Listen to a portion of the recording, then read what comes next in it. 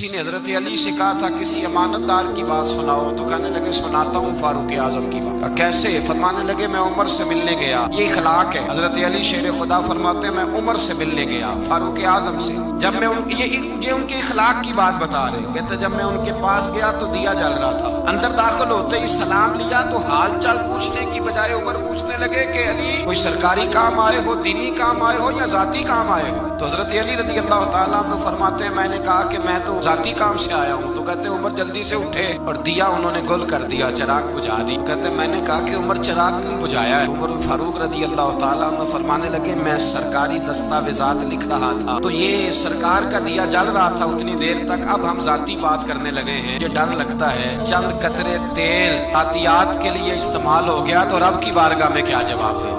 ये इखलाकी कदरें हैं, इखलाकी कदरें। जिस कौम के अंदर इखलाकी कदरें बहाल रहती हैं वो कौम जिंदा रहती है। हजरत फारूक आजम रदी अल्लाह ताला अन्हु ने महल कोई नहीं बनाया, पार्लियामेंट कोई नहीं थी, सेनेट का इजलास कहीं भी नहीं होता था। हजरत फारूक आजम रदी अल्लाह ताला अन्हु ने ना कोई सदर हाउस बनाया, ना वजीर आजम हाउस बनाया, ना हजरत फारूक आजम ने कोई पार्टी बनाई, ना किसी के सदर बना, किसी जमीयत की सदारत की। बस इखलाकी कदरें उन्होंने बहाल रखी। अबू बकर सिद्दीक हो, फारूक आजम हो, उमर फारूक हो, हजरत उस्मान गनी हो या मौला अली हो, इनके इखलाक और किरदार जिंदा हैं तो ये लोग कयामत के बाद भी जिंदा हैं। इखलाकी कदरें जिस कौम की जिंदा रहे, जो इखलाकी तौर पे मर जाए इखलाकी तौर पर। हजरत फारूक आजम रदी अल्लाह ताला अन्हु माले गनीमत हजरत उस्मान कहते मैं छत पे खड़ा था तो एक आदमी को देखा, दोपहर का वक्त है, सख्त शिद्दत की धूप चमक रही, नंगे पांव एक बूढ़े को देखा हाँकता हुआ आ रहा है। मेरे दिल में ख्याल आया इस बूढ़े को मशवरा देता हूँ, इस बूढ़े को मशवरा देता हूँ कि जनाब छोड़ दें ये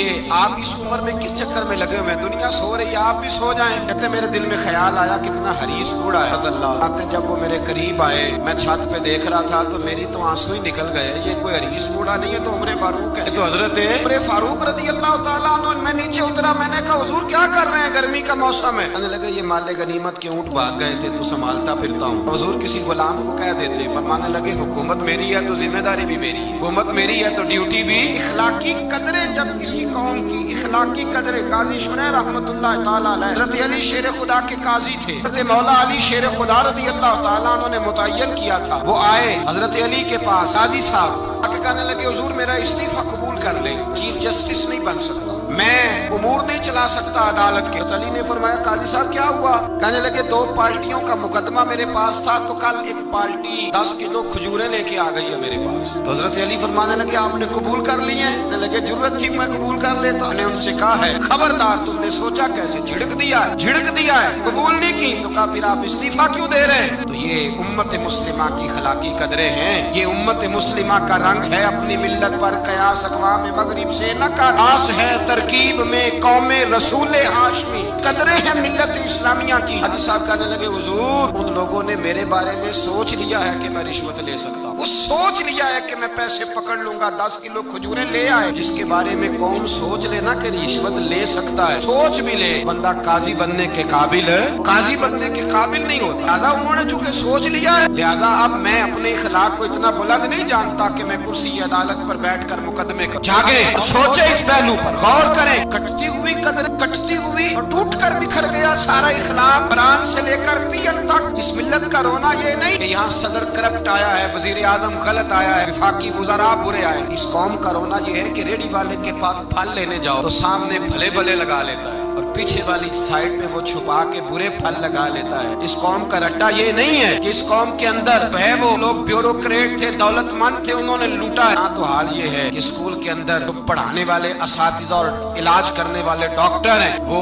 अपनी ड्यूटी को इतनी तवज्जो नहीं देते जितने अपने प्राइवेट इदारे और एकेडमी को तवज्जो दे। इखलाकी कदरें जिस कौम की पामाल होती है, मेरे रसूल पाक सल्लल्लाहु ताला अलैहि वसल्लम ने फरमाया याद रखो अगर तुमने अपने इखलाक सवार ली और तुम में से जिसका इखलाक सबसे अच्छा हो गया, उसकी आदतें संवर गई, हुजूर फरमाते हैं रब उसे दिन को रोजा रखने वाले और रात को तहज्जुद पढ़ने वाले से ज्यादा अच्छा अजर अता फरमाएगा। उसने अपने इखलाक को अच्छा कर, अपनी आदतों को संवार ली और फरमाया मैं तुम्हारे इखलाक संवारने आया हूँ, मैं तुम्हारी आदतें निखारने आया। मेरे रसूल पाक अलैहिस्सलातु वस्सलाम ने इखलाक की कदरें मेयार बुलंद किया। इखलाकी कदरों का मेयार लोगों पर बोझ बन जाता था। अगर किसी का एक पैसा किसी के हाथ आता था उसको रात नींद नहीं आती, ना मुहाल होता था। ये इखलाक था। साथ वाला पड़ोसी बेचैन होता था तो इस घर में भी किसी को नींद नहीं आती थी। ये इखलाक था। उस्मान गनी रज़ी अल्लाह ताला अन्हु अगर मालदार हैं, जिस भूखे की भूख का पता चला है, उस्मान गनी ने अपने कंधे पे तोड़ा रख के उसके घर पहुंचाया। इखलाकी कदरें थी। हजरत बिलाल हबशी रज़ी अल्लाह ताला अन्हु का रंग काला है, होंठ मोटे हुए नहीं है, वो जब भी आके खड़े होते थे सारे कुरैशी हाशमी खड़े होके उनका इस्तकबाल करते।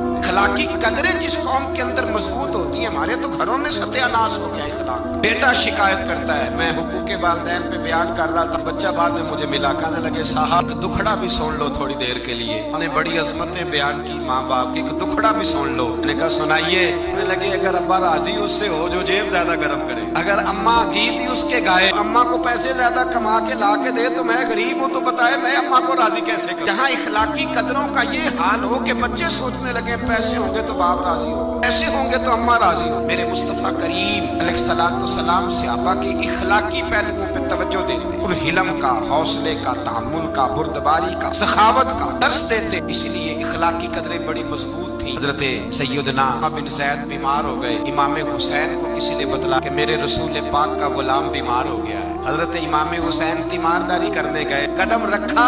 उसामा हुजूर के महबूब थे, कदम रखा कमरे में। जनाब उसामा ने इमाम हुसैन का चेहरा देखा तो चीख ही निकल गई, तड़प के रोए, कहने लगे मेरी मौज नहीं लग गई, हुजूर के जलवे मुझे नजर आ गए। इमाम हुसैन अंदर दाखिल हुए तो जनाब उसामा बिन ज़ैद ने बाजू पकड़ा और सीने पे रख लिया। हजरत उसामा बिन ज़ैद तड़प के रोए। इमाम अली मकाम कहने लगे भाई रोते क्यों हो, बात बताओ। कहने लगे दुनिया छोड़ रहा हूँ पर 80 दिनार का कर्जा है, कोई भाई ना कोई सज्जन ना कोई दोस्त, असी किसी दे कुछ भी नहीं लगते ते ना कोई साडा दर्दी है कोई नहीं। सोचता हूँ कब्र पे बोझ लेके जाऊंगा, फिर क्या लफ्ज है क्या हुसैन है। लगे हुसैन आज अगर मुस्तफा करीम हयाते ज़ाहिरी में होते तो मैं जाके बाजू थाम लेता, कदमों में बैठ जाता। मेरा रसूल तो गैरों के भी बोझ उठा लिया करता है। इखलाकी कदरें देखिए। इमाम हुसैन फटाफट उठे, भी साथ था, गुलाम भी साथ थे, अब कुछ हो सकता था। हुसैन उठे गए, अपनी चादर में 80 दिनार डाल छुपाए और लेके आए, लाके हजरत उसामा बिन ज़ैद को दी। और पता क्या फरमाते हैं रात आए थे 80 दिनार। मैं कह रहा था मुझे तो जरूरत नहीं, पता नहीं रब करीम ने किसका नसीब मेरे घर भेज दिया है, मुझे तो हाजत नहीं थी, ये तो तेरे पैसे थे जो मेरे घर थे, मेरे रब ने ड्यूटी लगाई कि जा उसे दे के आ। इस कौम के अंदर इखलाकी कदरें बेदार हो, जिस कौम के अंदर इखलाकी कदरें बेदार होती, कौम का अंदाज बदल जाता है, रवैये तब्दील हो जाते हैं। रसूल पाक सल्लल्लाहु अलैहि वसल्लम ने फरमाया अल्लाह इखलाक को सूरत देता, सबसे अच्छी सूरत अल्लाह इखलाक को अता फरमाता।